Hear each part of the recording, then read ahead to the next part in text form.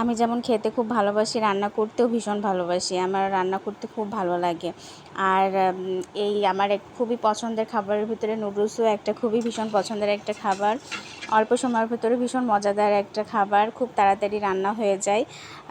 আর তখন সন্ধ্যার দিকে খিদে লাগে, বিকালে ক্ষুধা লাগে, কিংবা মেহমান আসলে এই নুডলসটা যেন অনেক তাড়াতাড়ি করে দেওয়া যায়, আর ভীষণ খেতে মজা লাগে।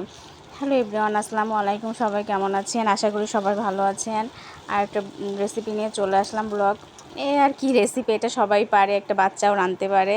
তারপরও আপনাদের সাথে আসেন, কথা একটু গল্প করি আর রেসিপিটা দেখেন আমার রেসিপিটা। আমি হচ্ছে যে নুডলস যখন সিদ্ধ দিই তখন আমি একটু লবণ আর একটু তেল দিয়ে আমার মতন এই টিপসটা কে ফলো করেন।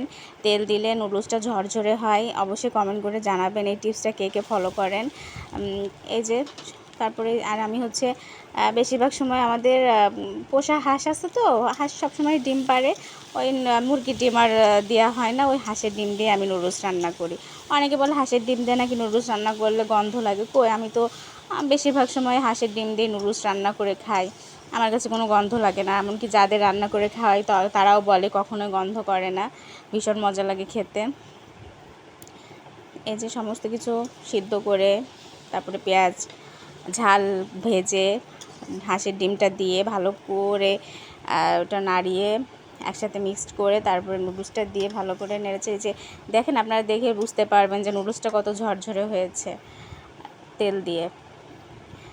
আর খেতেও খুব একদম পাতলা পাতলা লাগে, সফট লাগে, ঝরঝরে লাগে। তাছাড়া যদি আপনার তেল ছাড়া করা হয়, একটু বেশি সিদ্ধ হয়ে গেলেই কেমন আঠালো হয়ে যায়, ভালো লাগে না খেতে। তারপরে এই যে মশলা দিয়ে ভালো করে নেড়ে চেড়ে নুডলস কমপ্লিট, রান্নাও কমপ্লিট, আমার খাওয়াও শুরু। আমার রান্না যতটুকু শেষ করতে যতটুকু খাইতে দেরি নাই।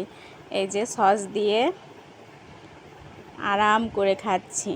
পৃথিবীতে খাওয়ার থেকে আর ভালো কিছু আছে বলেন?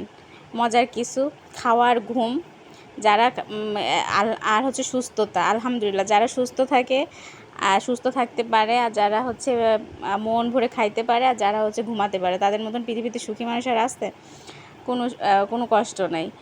খাবো, ঘুমাবো, আর আলহামদুলিল্লাহ সুস্থ থাকবো। এই যে খাচ্ছি। আমার ভিডিওটা যদি ভালো লেগে থাকে, কেমন লাগলো অবশ্যই কমেন্ট করে জানাবেন। যদি ভালো লেগে থাকে অবশ্যই একটা লাইক দেবেন, শেয়ার করবেন, কমেন্ট করবেন। আর আখি ডেইলি অ্যাক্টিভিটির সাথে সবসময় থাকবেন। আজকের ভিডিওটা এই পর্যন্তই। সবাই ভালো থাকবেন। আল্লাহ হাফেজ।